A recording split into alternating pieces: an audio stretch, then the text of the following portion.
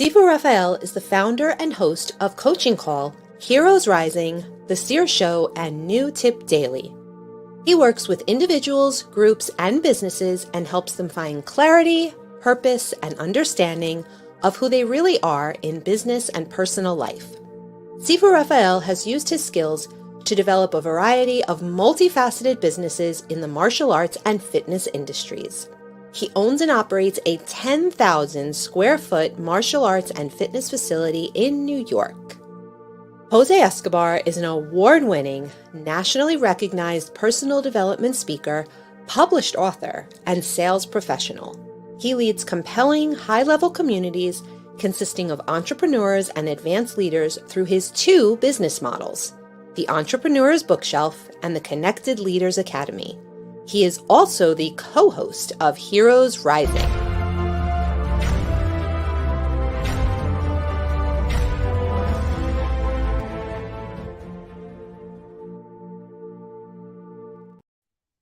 Happy Friday, Jose. How are you, my friend? Fantastic. Yourself? Oh, exceptional. Only getting better every day. You should ask me tomorrow how I'm doing. You're going to get the same answer, and I always say fantastic every time myself. So there you go. But you know, today is really a great day because we have two truly amazing people coming on.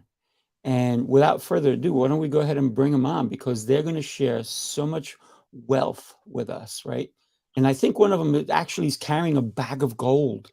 So what can we say? Let's bring them on. Let's do it. All right, who's got the gold?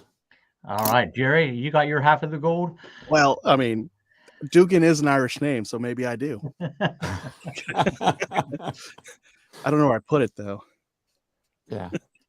Gentlemen, thank you so much for being here. We are super excited that you are. You made the time, the effort to be here, and not only so selfless, but you're here to share with our viewers and our audience on some really keynote aspects of life, of business, and how we should lead, right? Jerry, first, man. Yeah, I hope so. That's what I'm prepared to bring. So I love it. Well, both Raphael and Jose excited to be here and share hopefully a few things that will help your audience along the way. And let's get rocking and rolling, man.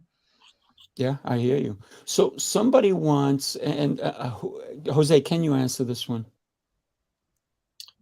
Dear sir, ma'am, I need participation certificate for attending this event. We just put you up there. That is your certificate. You can share this video with everybody you want. How's that? So, Olga, thank you so much for being here. Happy Friday. Ivy's here with us. Thank you so much. Everybody, if you're listening, let us know where you're coming from. We'd love to find out. We want to bring you some of the top people all the time. Jose and I said, we're going to make this the best one ever. And we are. Look at the gentleman we've brought today. Let me start you guys off by introducing you to, I just got to tell you, I had the pleasure of having Bret Ridgway on the Coaching Call podcast. And Bret, we had a blast, right? Oh. Bret is 25-year veteran of the speaking industry, and he brings a unique perspective handling, think about this, the backstage of so many sales rooms and tables, 150 conferences. Gosh, did you sleep, my friend? Did you sleep? Providing fulfillment services for some of the biggest names in the industry, and I'm talking big names, and speaking on many stages himself. He's the author of, I was going to say 7, but you just finished your 8th book, so congratulations on that. Thank you. He's focused on speakers, authors, and information marketers and event promoters, and is a frequent guest on virtual summits. He was on my podcast and many other podcasts, and at in-event participation. He is, wow, full of knowledge, and he's going to share that with us today. Bret, thank you so much for being here. Well, Raphael, my pleasure. You know, it's always exciting to join you. And yeah, the coaching call event we did like a week or so ago, man, that hour or so just flew by. I don't remember how long we went. It's like maybe an hour and a half, but it just flew by. And it was great to be with you here again today. So, as you mentioned, I did get my start in the speaking industry. I can think back, it was back in the mid 1990s, actually. I actually put up the first portal website in the plant engineering and maintenance industry. So back in those days, I was selling VHS tapes and books aimed at plant engineers and maintenance technicians and that particular audience. And around the same time frame, I actually had a joint venture with the guy where I took over his old hard to find marketing books catalog and I put that online.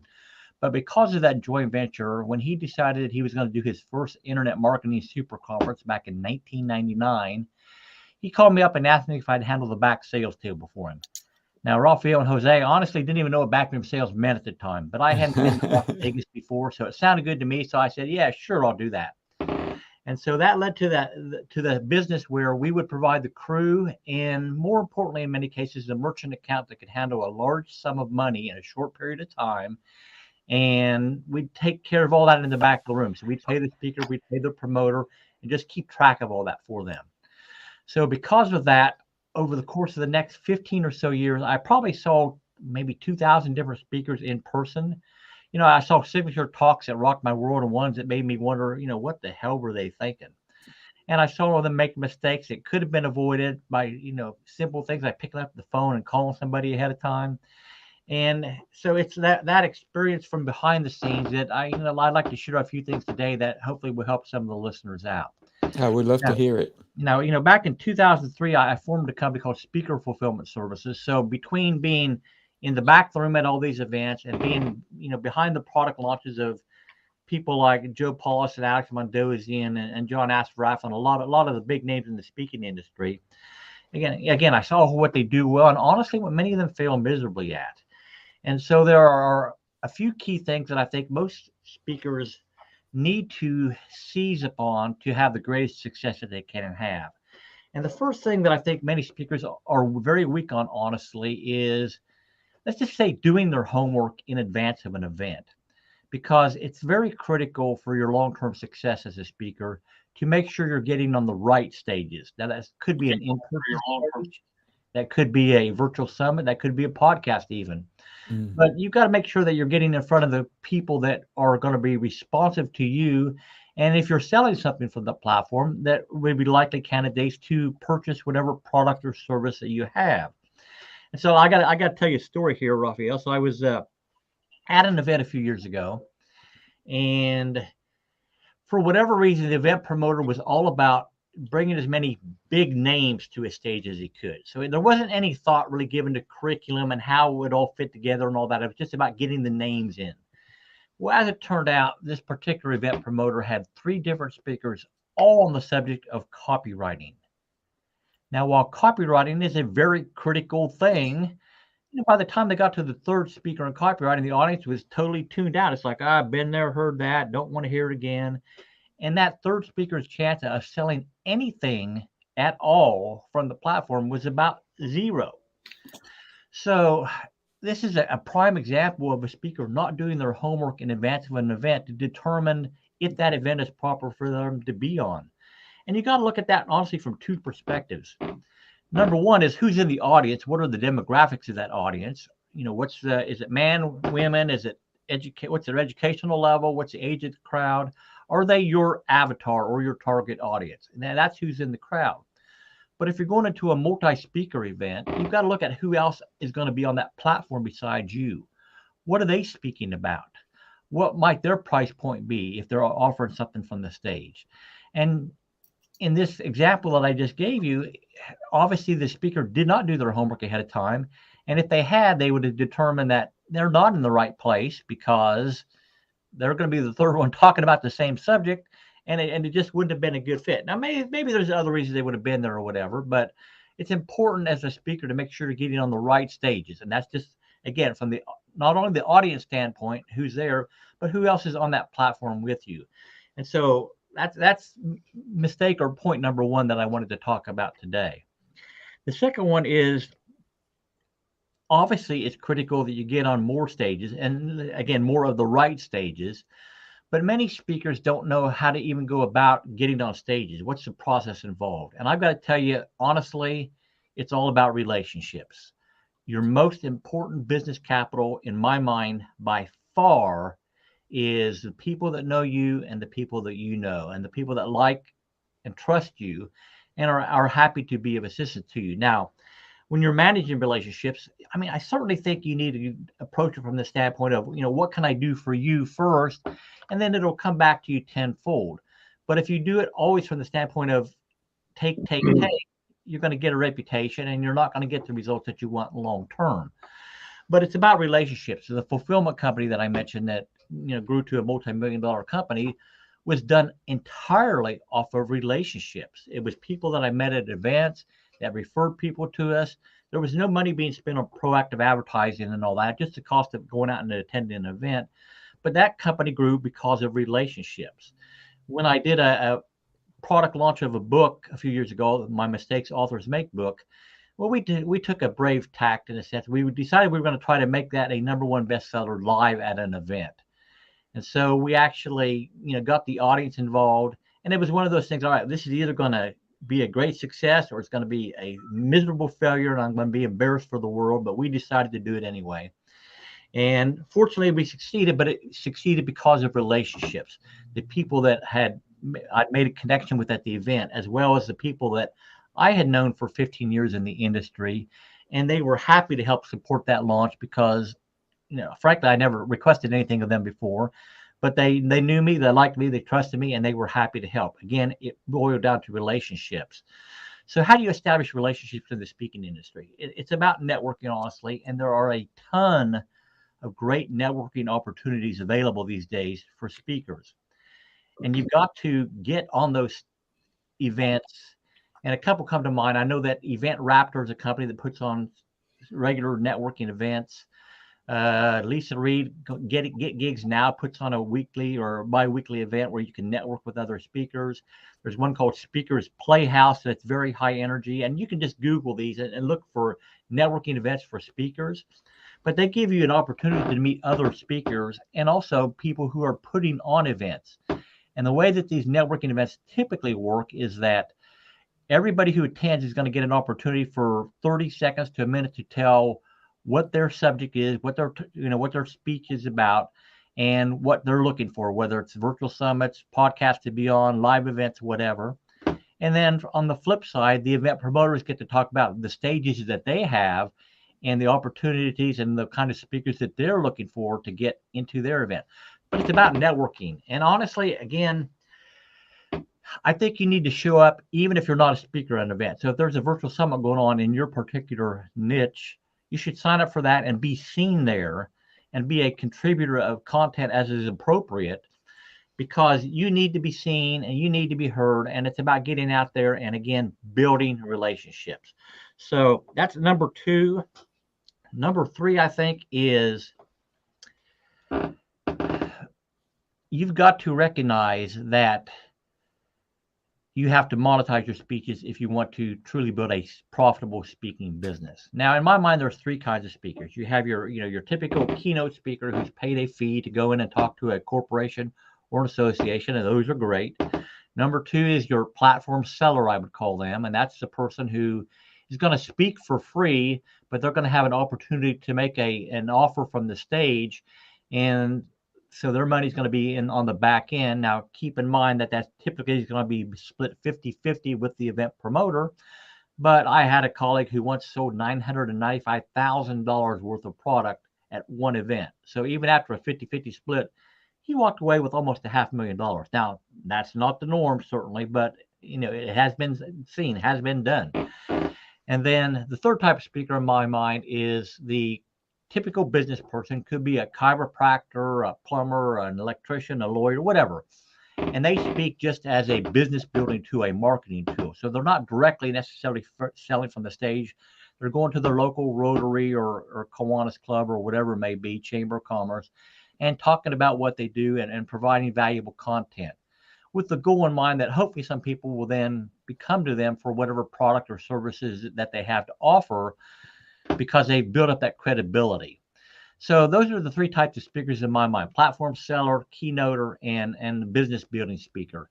And honestly, I think every business person should be a speaker. Even if you're not going to do it as a speaking business, you need to be in front of more people to be more credible and to be the logical choice when they have a need for your type of product or service. But again, you got to monetize your speaking if you're doing it as a speaking business. Now, keynoting is wonderful, and if you can do that, great. But I will tell you that if you can become effective selling from the platform at all, you will make far more money as a platform seller than you will ever as a keynote speaker. Now, there are some people who have been able to marry both of the worlds together. That's wonderful. But you've got to monetize. And so when you speak at an event, if you're a platform seller, you've got to have a high ticket offer. And I'm talking $1,000, $2,000 or more, because event promoters are not going to bring people to their stages that are in there to sell a $27 product or their $15 or $20 book or whatever. They want high ticket offers. So you've got to create a mastermind, a coaching program, a master class, whatever it may be, that's a high ticket item that you can offer at these events. And the key to your success long term will be to have these high ticket items. So make sure that you develop those and have those available to offer before you get up on that stage. So again, right stages, more stages by networking and monetizing those speeches. Those are the three critical elements in my mind of starting to build a profitable speaking business. Now, certainly along the way, I've seen mistakes made. And let me just share a couple quick stories and then we'll wrap this up. But I was at an event several years ago where the speaker had the dream scenario. They had the true table rush. And in the course of one 60-minute presentation, they did $375,000 worth of sales. And it was fantastic. Well, what was not so fantastic is that within the next 30 days, every single penny of that $375,000 had to be refunded to the attendees. See, the product they sold was a SaaS product, software as a service product. It was a web building tool. And for whatever reason, it had some kind of type of bug in it that they could never figure out. And so it was extremely embarrassing for the speaker. It was a major financial hit to the event promoter. And honestly, it didn't help my pocketbook any because we took a cut of the promoter's share for providing the backroom services.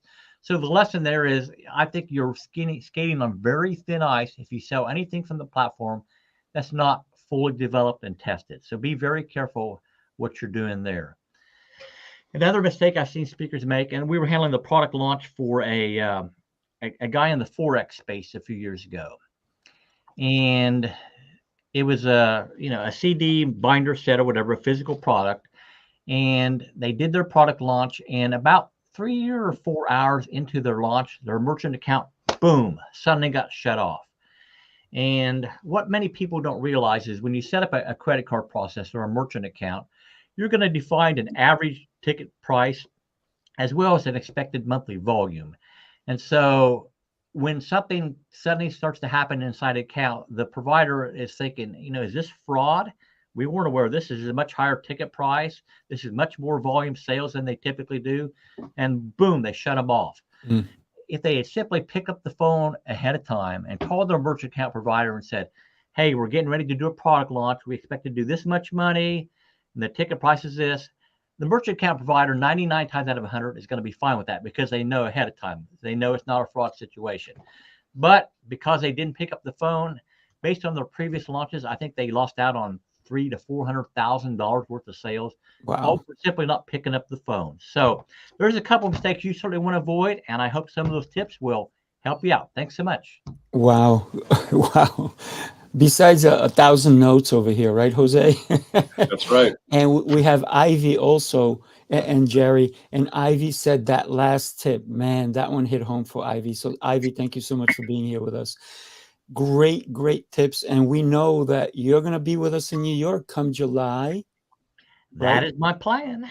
And here, let's just show up what we got. Mark your calendars, people, because Heroes Rising Apex is coming. July 13th. It's gonna be on fire. So we definitely want to see you guys there. Let me cut back a little bit in my excitement. Actually, I can't. I can't cut back on my excitement because my co-host is so amazing. But first, let me share you a little bit something about him. Here we go.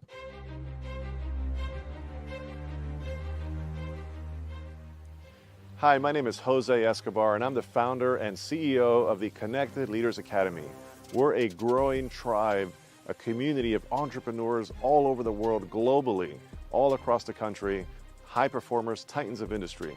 If you're an entrepreneur and you're looking to grow personally and professionally, scale your influence, develop your skill sets, move the needle in your business, more clients, more money, more profit, the bottom line, and of course, grow your circle and your network like never before, this is where you want to be. Join the Connected Leaders Academy today.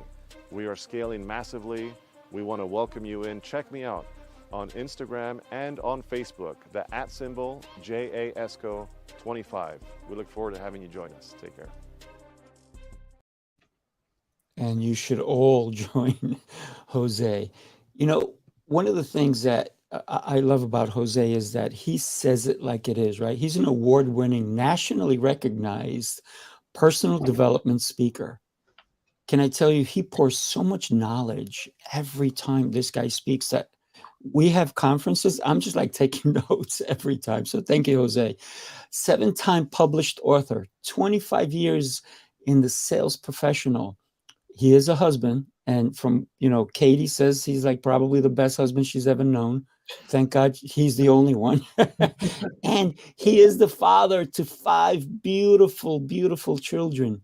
He leads compelling high-level communities consisting of entrepreneurs and advanced leaders like you guys through 2, not 1, but 2 multi-6-figure business models. One of them is the Entrepreneur's Bookshelf and the Connected Leaders Academy. Wow. He is just, his personality is just very magnetic, and it shines in his presentations and where he has reached audiences collectively over 30 million and radiates through his dynamic coaching programs, inspiring his international, I think we're at 250, right, Jose? Maybe 240, more? 240. Okay, well, I'm pushing for 250 by the end of this call. So entrepreneurs and executive clientele to master their personal and professional excellence. His past sales experience led him to amass over $30 million in revenue for the companies he served. Jose, should I say more? I don't, there is no more. But that's not true. He is building, because we're building something amazing together. Share with us, Jose. Well, it's always refreshing to hear you introduce me, because it's just fun being on the other side. But in all humility, Sifu Rafael, you're amazing. Thank you for that wonderful intro. And I'm honored. The Connect Leaders Academy is honored to be a sponsor for this show. So thank you for that. In terms of what I wanted to talk to you guys about today, and I have about 10 minutes or so. So I hope you have your notepad and your pen, because I'm going to kind of go fairly quickly. I developed this planner. I'm the kind of guy who, if you don't find what you want, then you create what you want, right? I'll say that again. If you don't find what you want, then you create what you want. So I said to myself, I've been buying planners and calendars. Thank you, Mark Cox. Good to see you. Ivy, good to see you as well. So I've been buying planners and calendars for at least 2 decades, like just trying to find the right one. And, I have never found a planner, daytimer, that has everything that I need. I just never, it's always missing something, some kind of a component, and I just can't seem to find it. So I said to myself, it's time for you to create your own. So I just decided in 2022, I was going to create my own planner, and this is called the 90-Day Battle Plan, Your Journey to Self-Mastery. So it's pretty thick. It's a 90-day sprint, and it has everything you could possibly imagine, right? Morning routine here, evening routine, your calendar for the day, your schedule, notes, has a journaling component to it, all kinds of great things, right? What are your top 3 priorities? What are your top for business, for personal, your number 1 priority for the day? It talks about this morning I am grateful for, so you can, put in your gratitude pieces. Who do I need to connect with today? That's a very important thing. So some key names in there. Today's affirmations. So I have, I am this, I am that. So it's a bunch of I am statements, and you just fill in the blanks of what you want to affirm for that particular day. Then the evening comes around and you got to journal again, right? Reflection, examination of conscience, right? So what were today's top 3 wins for the day? What challenges did I face today? What am I grateful for this evening? What was memorable today on this side, right? And what were some challenges that I'm facing? What progress have I made towards my goals? So there's all kinds of great things in this planner. And the reason why I share this with you is simple. My talk is what I want to teach you guys today. And for some of you, it's just kind of preaching to the choir, maybe a friendly reminder. And for some of you, it's more of a nudge.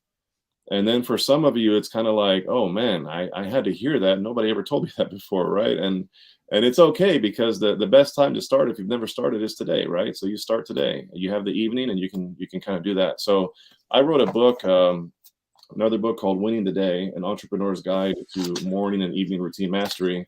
And I'm all about morning routine and evening routine. And one of the components of that, just one component of that, and there's 36 different things that I teach in my program, is how you start the day, planning your schedule. Because if you don't plan your schedule, can I tell you something? Your schedule will plan you. Your day will plan you. So you're going to kind of go wherever the wind blows. And who likes to do that? Not me, right?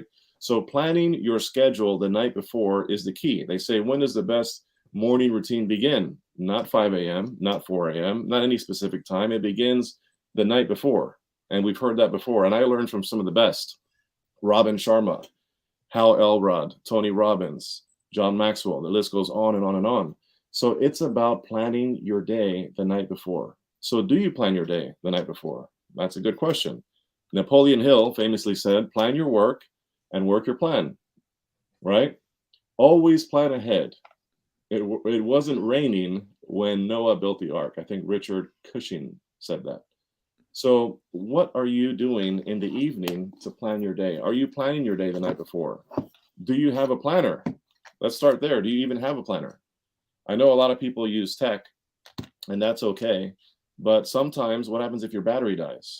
What happens if you have poor reception? What happens if, any kind of thing can happen with your phone? And for me, I'm more of a paper and pen kind of guy. I'm more old school the way I like to handle my things. So why should you plan your schedule the night before?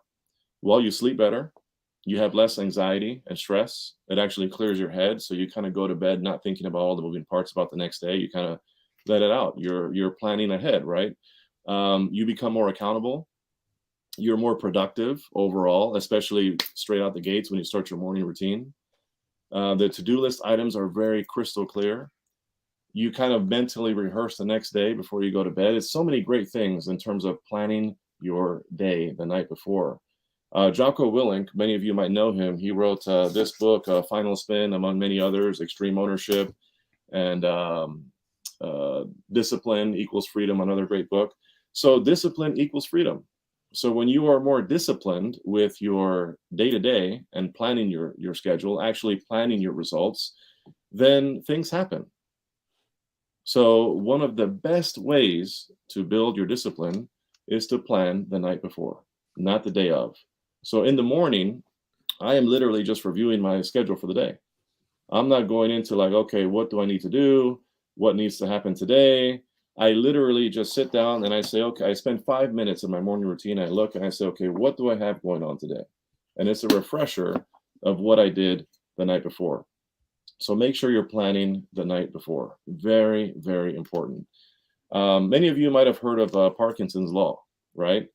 Parkinson's law says work expands so as to fill the available time for its completion.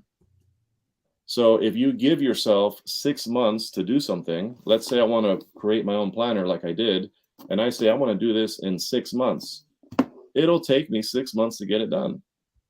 But if I say, like I said here, I want to get this done in 30 days, well, guess what? I started planning for this at the end of November, and it was ready in December. So you have to ask yourself, in terms of planning, right? Planning your schedule. If you give yourself 5 minutes to take a cold shower, which I love to do, then you will take 5 minutes. So you have to be very particular about the amount of time you allot for certain things.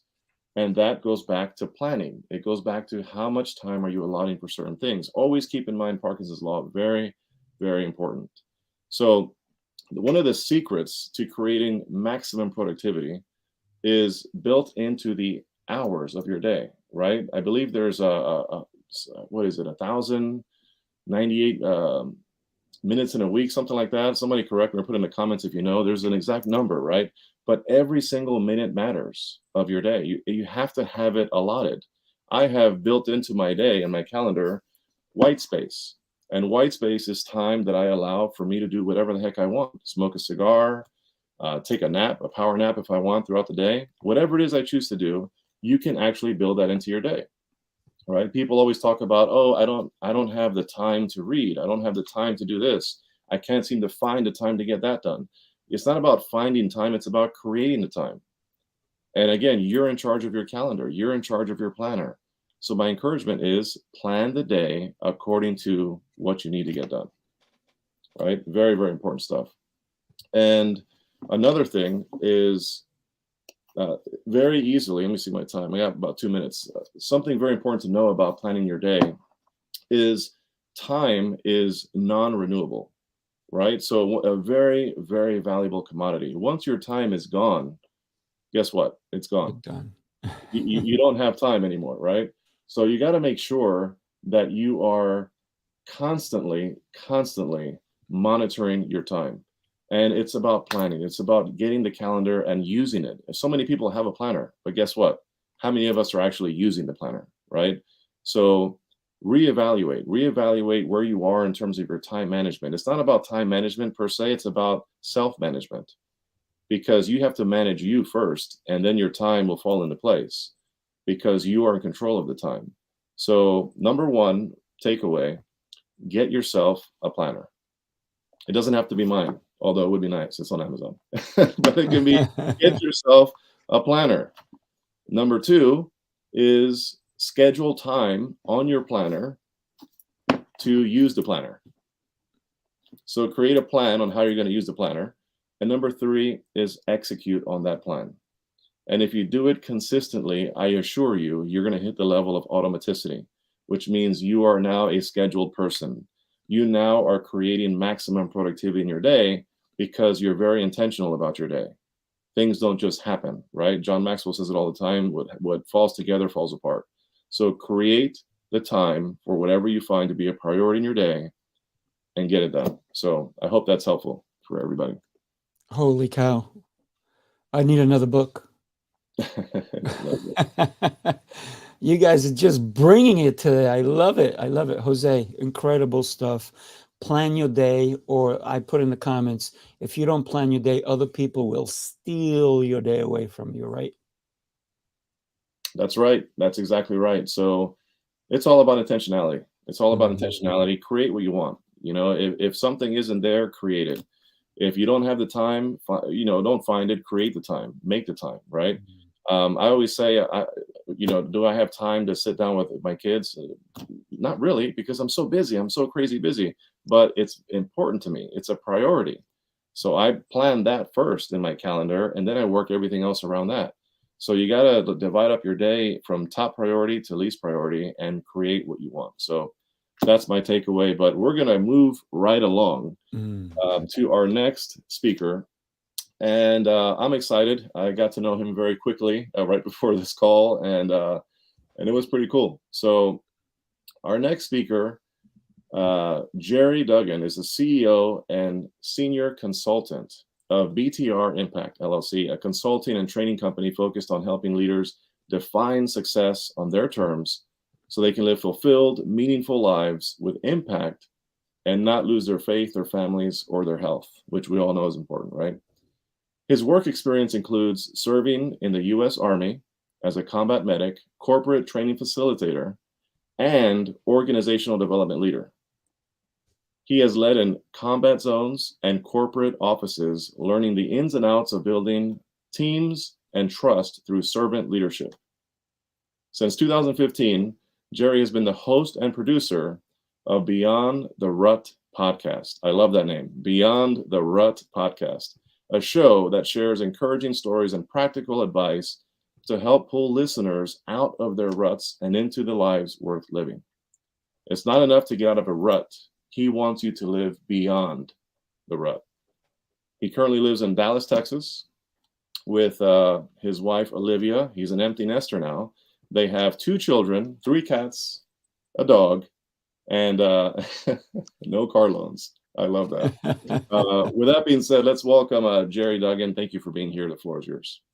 Thank you, Jose. I'm glad to be here. And one thing I just noticed as I'm watching everybody say their pieces, like Raphael, Jose, Bret, y'all have books behind you, and I've got toys.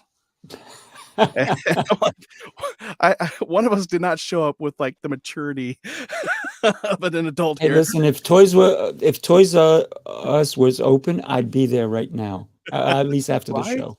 Oh man, my wife had to stop taking me there because something about being too embarrassing. Gotta make sure they work, right? Safety and all that. That's not why you guys got me on here though, right? It's to talk about what do you do when you feel like you're stuck in a rut, and what are the 5 F's? What are those? And so this ties in with the message of my podcast that's been around for over 7 years. It started with 3 of my friends. We wanted to have a show that would encourage people, inspire people to recognize the rut they're in, and then take action to get out of there. So we share stories of people who felt stuck in a rut, realized their moments, and took action. So they share their story, they share some practical advice. So if you're looking to live a life well lived, you're defining it on your terms, not somebody else's dream. And that's something I fell into. I was a pre-med student in college. What do I do today? I'm not a doctor. In fact, it turns out if you come out of a pre-med program with a 2.1 GPA, chances are you're not getting into medical school. And that was what I was faced with. Didn't realize I did not want to be a doctor, so I joined the Army to be a medic, served 4.5 years on a 4-year enlistment. Combat will do that. It'll extend you longer than you want to stay there. It wasn't until 2 years after I got out of the Army, my boss had asked me, hey, we want to send you to nursing school, and that kind of gets you on your path to become a doctor. When do you want to go? When do you want to start? And I hesitated. And it took everybody by surprise. And they said, you know what? Go home, talk about it with your wife, think about it, and let us know if that's something you still want to do. And I realized I did not want to be a doctor. That was never my dream. That was my mom's dream. And I realized she'd always been telling me as I was a kid, going through school, even after my parents divorced, she would just tell me from afar, you're going to grow up, you're going to become a doctor, going to be an officer in the Army, because in her world, as somebody who immigrated from Thailand, she felt everybody who was rich was an officer in the Army. I had to tell her, no, there's a bigger world out there, Mom. I still joined the Army, but that's not the point. So I had to take some time to really reflect, what is it about life I want to live? How will I know that I've lived a good life or I'm pursuing a good life? And so there are 5 areas of my life I look into, and that's what I call the 5 F's. So what are they? In order of priority for me, it's my faith. So what is that thing I strive for that's bigger than myself? For me, it's a religious faith, but for somebody else, it could be a cause. A way they want to change the world. Maybe they want to end starvation. Maybe they want to end poverty. Those are faith-driven type of things. It's something bigger than yourself. And then the second F is your family. What are the most important relationships to you? Your parents, your siblings, your partner in life, your children, your community, and so on. The third F is your fitness. So it's not just physical health, but what's your emotional and spiritual health like? So are you really striving to be your best self on a health level? And then finances. Money is not the root of all evil. The love of it could be, but maybe not having enough is causing a lot of stress. So, finance is another one. And then future. What are you doing to grow yourself to live the life you've always dreamed of living? And all those come together. If you've got them all aligned and kind of balanced out in a sense, then you're pursuing a life that's worth living for you. And that is the thing that I look into on an annual basis. Actually, every 3 to 6 months, I do as well. And anytime I feel stuck in a rut, I go through this process. Uh, so you got to know your rut in order to live beyond that rut. And so, what is rut? RUT. The first step in that is R. Recognize the rut you are in. So hopefully, as part of your morning routine or your daily routine, you keep a journal, and you can just look back, a year from now, or a year ago, 2 years ago, last week. What are you complaining about the most? That might give you some clues on where your rut is in those 5 Fs. Maybe it just takes some time to reflect. How are things right now in these 5 areas of my life? And, something I also do is I just have a conversation with my wife. Hey, what do you notice? This is what I'm feeling. This is what I think is going on in my life. What do you see? And getting that outside perspective is also very helpful. So recognize that you're in a rut. What exactly is that rut I'm experiencing? And of all the things going on, what's that one thing that if I change it, that would make an impact on everything else? The U in rut is understand where it is you want to go. So now you're starting to look up. I'm a big hiker, and a lot of folks always look down to make sure they're not tripping over rocks and roots. But if you do that, you miss out on the vistas. You miss out on the deer that's maybe 20 feet away from you. And so I often say you got to look up and look forward to really enjoy the things around you. And that goes for if you're striving for a better future for yourself. You got to look up and look forward and just start thinking about, well, what is it I really want in my faith, family, fitness, finances, and future? And start drafting these things called goals. And make them smart. Why is it I want to pursue that goal? Why is it I want this to be a part of my life? Know that why. If you don't have goals yet, you got to have them. It's just people find the success they want more often if they have a written goal, they have some sort of commitment to action, they share that goal with somebody they trust, and then they give that person regular updates every week, whether that's a 4-week goal, a 1-year goal, a 5-year life plan. So understand where it is you want to go. You look up, you look forward, you think about all the possibilities, and you start forming those into goals that you have a committed action with, and you share it with somebody you trust and commit to giving them a regular update on your progress. The T is simple. Take action. And you just heard Jose say the same thing. You get a planner, you schedule time to use that planner, and then you execute your plan. And that's what the T is here. When was the best time to plant a tree? 20 years ago. When's the next best time to plant a tree? Today, right now. When I was in the Army, we had this phrase called SP time, start patrol time. So what is your SP time? If you haven't already started your goals, if you haven't started living the life you dreamed of living, today is the day that you start doing that. And you take action and you live out and you execute those committed actions that you crafted in your goals. So that's what you have, the 5 Fs, your faith, your family, your fitness, your finances, your outlook on your future. And then if you feel stuck in a rut, go through that 3-step process, recognize the rut you're in, understand where you want to go, and then take action to get there. Oh, Ivy, you love hiking? I love that. Awesome.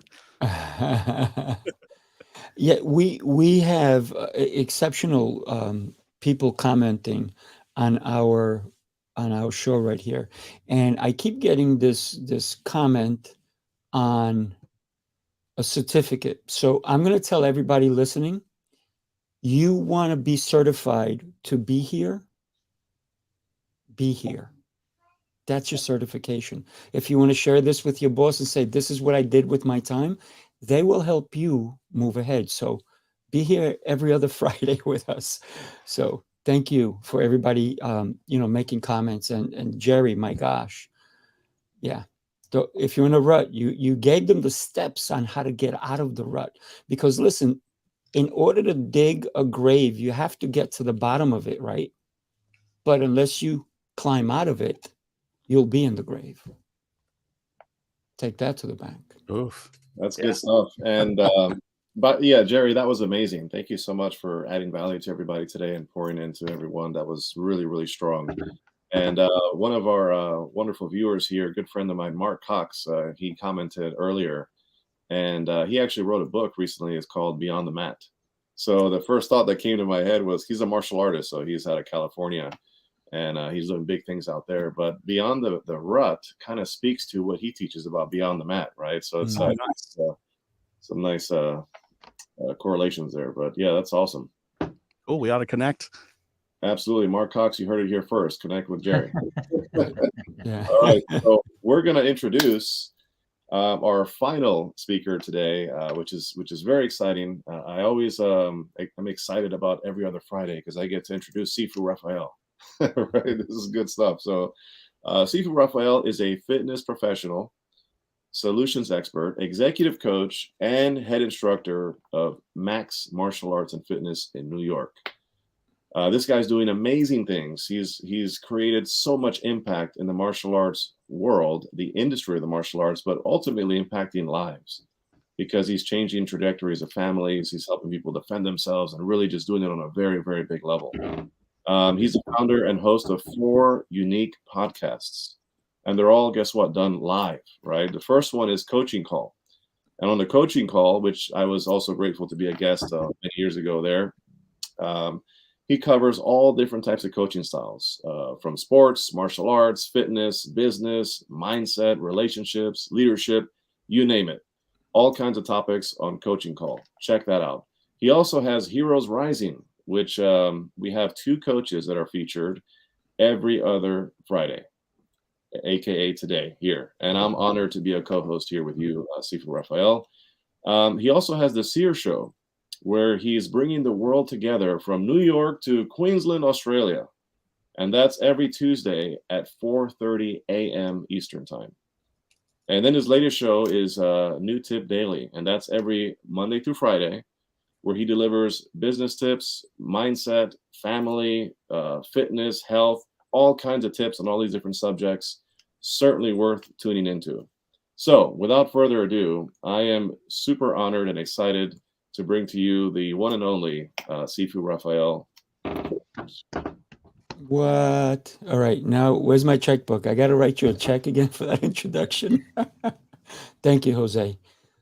You know, imagine you traveled in a time machine and met the janitor, who you know as the janitor now. Either he or she is now running your business as the CEO of your company. How would that make you feel? Guys, how would that make you feel? Something had to have happened for that to take place. Well, someone had to believe in them for them to become the leader that they became. Maybe that is your role. What if, let me gather some more information here. What if we can pick the future president of the United States today based on the graduating class of 5th graders or high school seniors? Leadership creation refers to the process of developing leaders, and that's what I want to talk to you about today.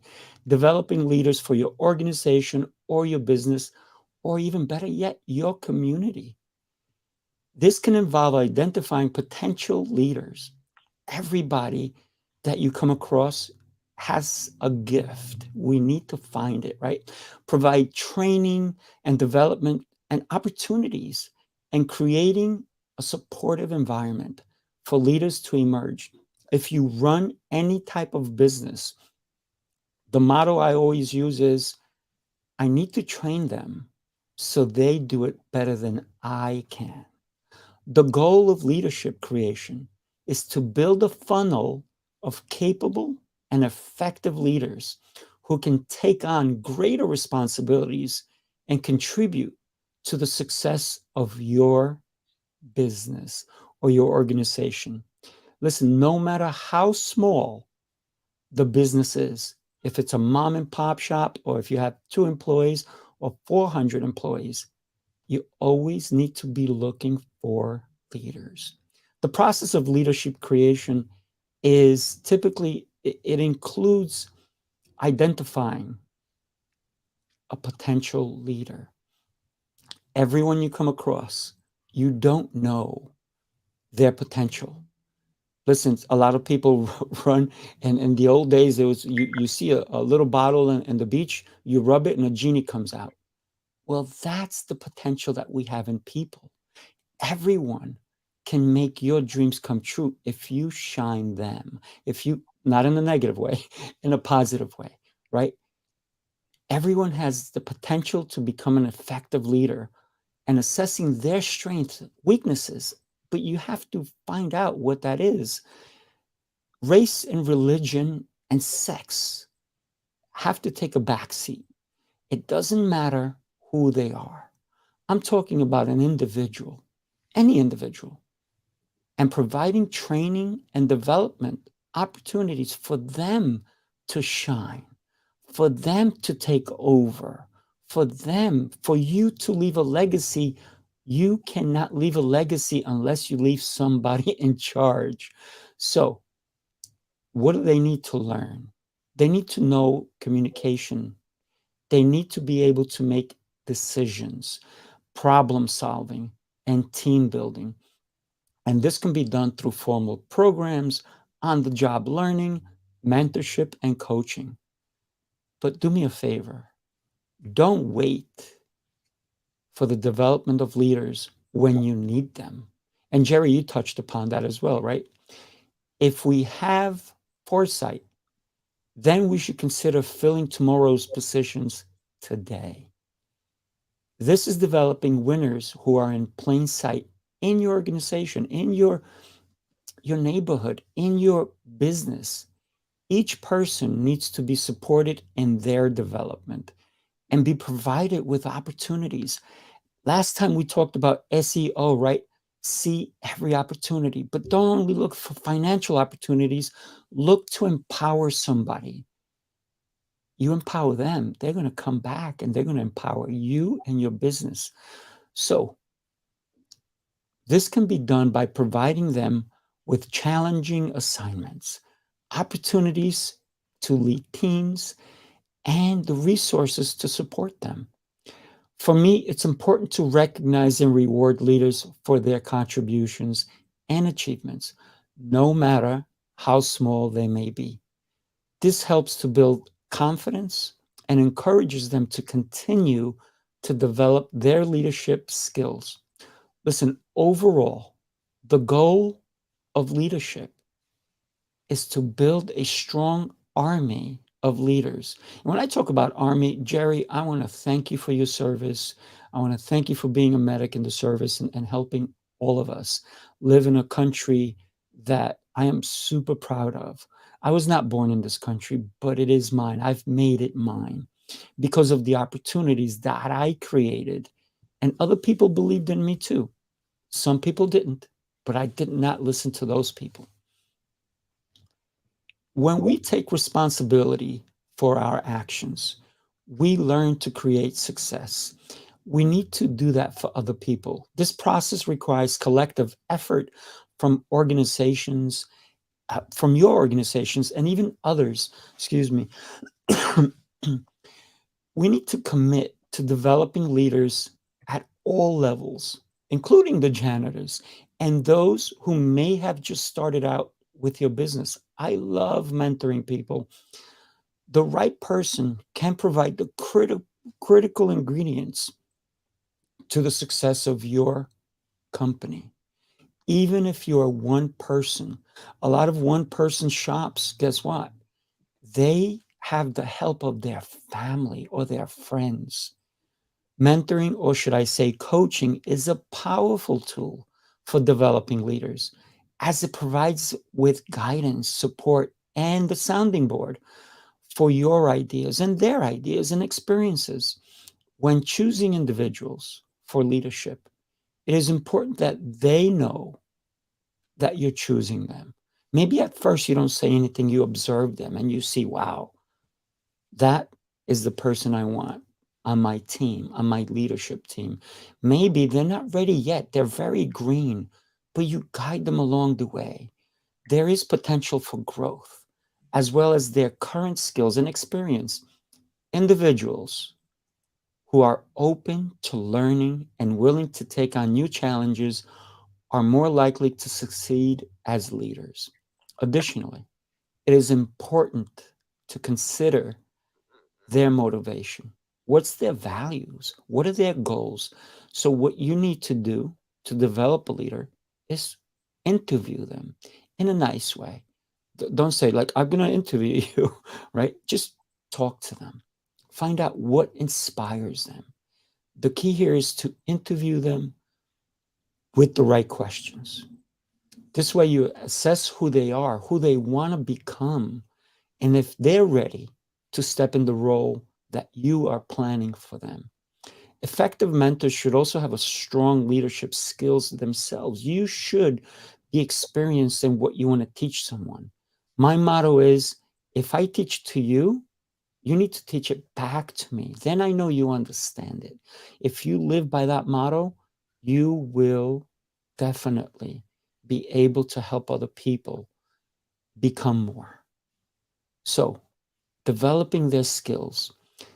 The mentoring relationship should be tailored to the specific needs and goals of you and the person you're going to mentor. When you coach somebody or mentor somebody, there's two differences with coaching and mentoring. Let's just go that you really care for this person, right?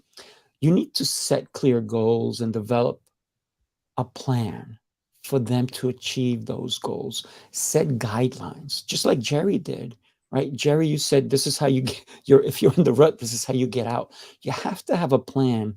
And if you can get them, I suggest you buy Jose's book and give it to them as a gift. Right, Jose? What do you think? We need to help. And when we guide someone, we need to guide them in the process of becoming more. Who do they want to be? Who do you want them to be? But like Jerry said, he was going to medical school for his parents, but when he realized it's not about his parents, it's about him, then he will succeed. And you have, Jerry, because you have to follow your own dreams. It's truly cost effective to build leaders within your company. And sometimes it helps to bring outside consultants to assist in their training. It's really cheap when you train somebody who's going to bring you so much more. Personally, I love training future leaders. It's in my blood. I love to empower people. The goal for me is that when I train somebody, I want them to be way better at it than I am. There are a lot of CEOs out there who started in the mailroom or as janitors. Gentlemen, I have any regard for any positivity of leadership. It's the training that has to go into it. Thank you for listening to me. I really appreciate you guys. And remember, what do we have to do? We have to plan our day. And what do we have to do for July 13th? Heroes Rising. Come, where we're going to have so many leaders come and share amazing tips and stories, and you're going to fill books and books with all the concepts, ideas, and leadership that you will find on July 13th. Thank you. Fantastic. Good stuff. Thank you for that. Oh, my pleasure. Any questions? So where do people go if they want to sign up for Heroes Rising Apex? Oh, I love that. That's a great question. They're going to either hit Jose up or me, but we're going to have an official website very soon, like within a week, and we're going to have the links and everything for that. As speakers, we are looking for top-level speakers, and we're not going to do that, which Bret talked about. We're not going to hire 3 speakers who are going to speak on the same subject. Same thing. It has to have variety. Listen, if you go to a restaurant and you go, let's just say Chinese food, right? And you order, or Italian food, and they only have meatballs and pasta. And you turn the page and it's meatballs and pasta. And then you turn the page and it's meatballs and pasta. What are you going to order?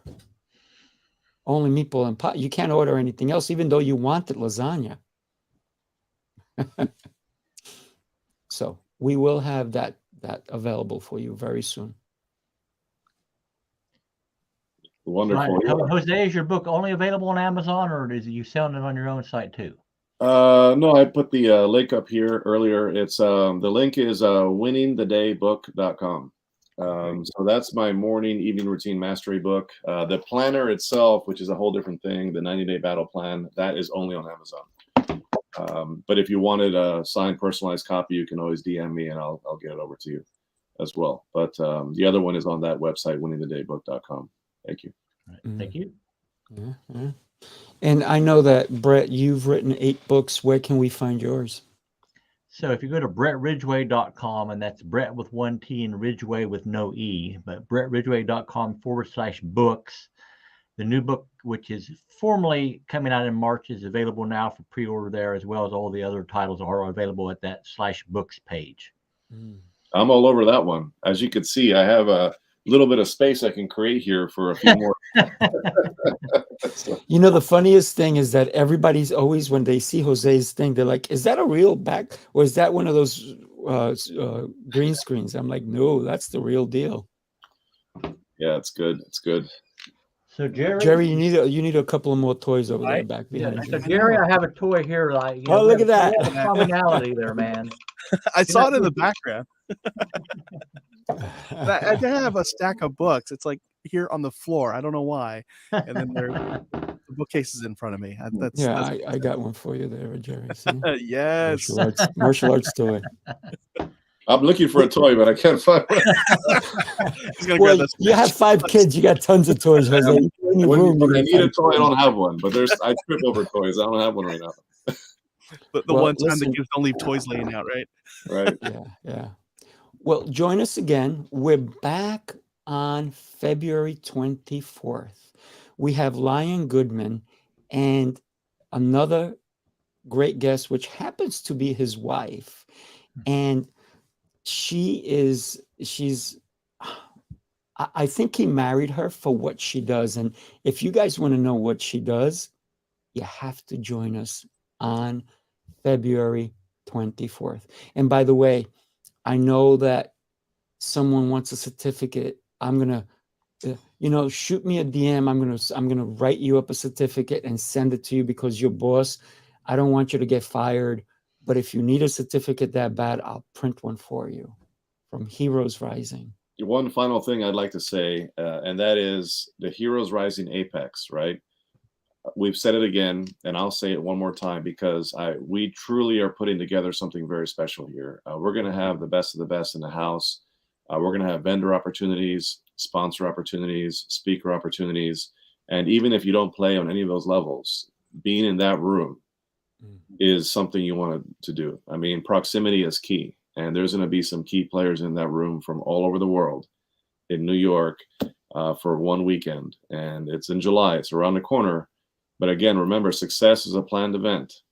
So you got to put it on your calendar as step one, create the intention, and then you start creating the plan. So if I want to be there, look at what it looks like, block out the time, buy the ticket, and then reverse engineer the process to get yourself there. So that's my encouragement. You know, one of the things that I need to, and Ivy is going to need to rub some elbows, some serious elbows. I'm going to sharpen my elbows. I'm just kidding, Ivy. But one of the things that is, if you think you can't afford it, you're absolutely wrong. You can't afford not to be there, because it will exponentially increase your profits in whatever type of business you're doing. If you're a plumber, you should be there. If you're an author, you should be there. If you're a celebrity, you definitely should be there, because Ivy's going to ask for your autograph for sure. Cool. Awesome. Yeah. All right, everybody. Thank you so much. I am blessed to know every one of you, gentlemen. Thank you so much for being here with us. Yes, likewise. Bret and Jerry, you guys were amazing. Thank you for adding value to Heroes Rising in our community, which is all of our communities here, because you guys are a part of the family here. So thank you so much for that. And we'll see you guys next time. All right. Take care, everybody. Thank you. Bye-bye.